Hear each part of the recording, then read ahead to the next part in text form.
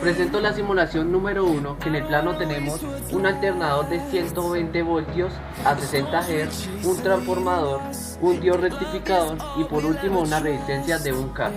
Veremos los cambios que hay de la señal antes del diodo rectificador y después del diodo rectificador. En la primera tenemos que este es el eje X, es como un plano cartesiano, y eje Y. Aquí van a ser las cargas positivas y acá las cargas negativas. Vemos que tenemos las dos en la primera señal, antes del diodo rectificador, y en la segunda vemos que solo hay positivo, o sea, se eliminan los negativos después del diodo rectificador.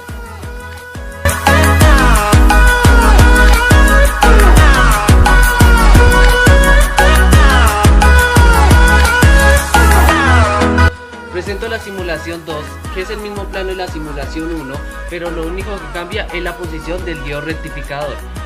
Primero empezamos, ¿qué cambios hay en la señal? La primera sigue lo mismo porque es antes del diodo, y la segunda es donde cambia porque antes teníamos solo cargas positivas, ahora solo tenemos cargas negativas y las positivas desaparecen.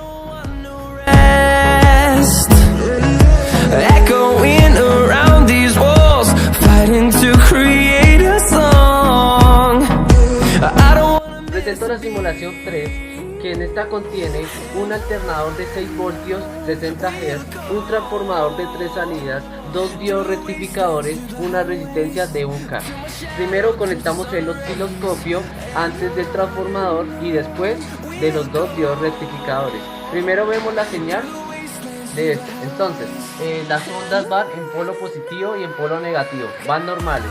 Después de los 2 diodos van en solo positivo, pero ya por la gran cantidad de diodos empiezan a unirse las ondas.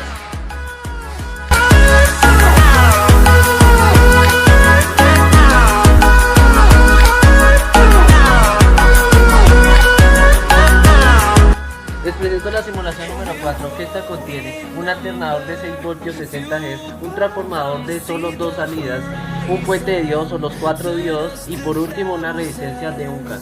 Primero miraremos la señal que contiene antes del transformador. Va en el polo positivo y en el polo negativo van así las ondas. Después la segunda señal, que va después del puente rectificador, va solo en lo positivo, en el polo positivo, pero ya las ondas empiezan a unirse más.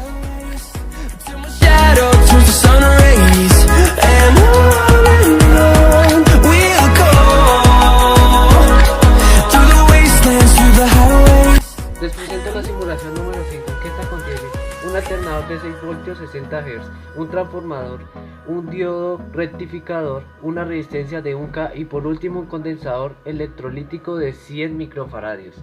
Y empezamos. Una parte del osciloscopio lo conectamos antes del transformador y nos dará la misma señal, ya que es en polo positivo y en polo negativo hay ondas.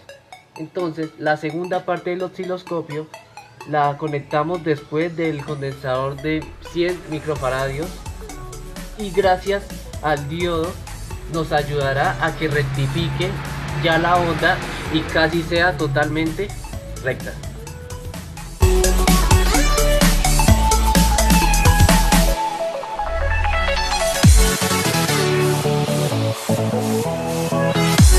Presento la fuente de alimentación, que esta lo constituye en 4 etapas.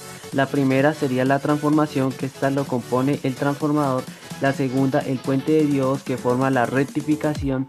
La tercera sería la regulación, que lo compone el LM317, que es un transistor, y el potenciómetro de 5K. Y por último serían los condensadores, que forman el filtrado. Primero midamos en cuánto tenemos en la fuente.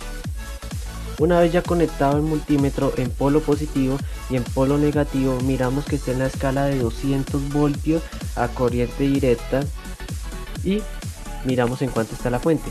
Lo mínimo que alcanza la fuente es de 0.8 voltios, y lo máximo sería de 26.8 voltios.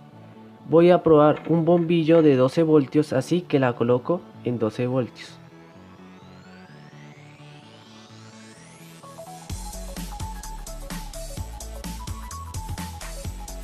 Listo. Ahora desconectamos el multímetro y ponemos el bombillo. Una vez ya desconectado el multímetro, conectamos el bombillo que vamos a probar. Recordemos que este maneja 12 voltios y colocamos la fuente a 12 voltios. Prendemos la fuente.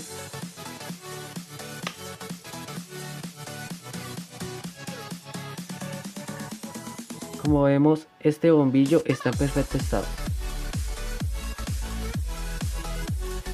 También con esta fuente nos sirve para prender un radio a 12 voltios, para medir ya sea los bombillos a 24 voltios que utilizan los carros superiores, etc.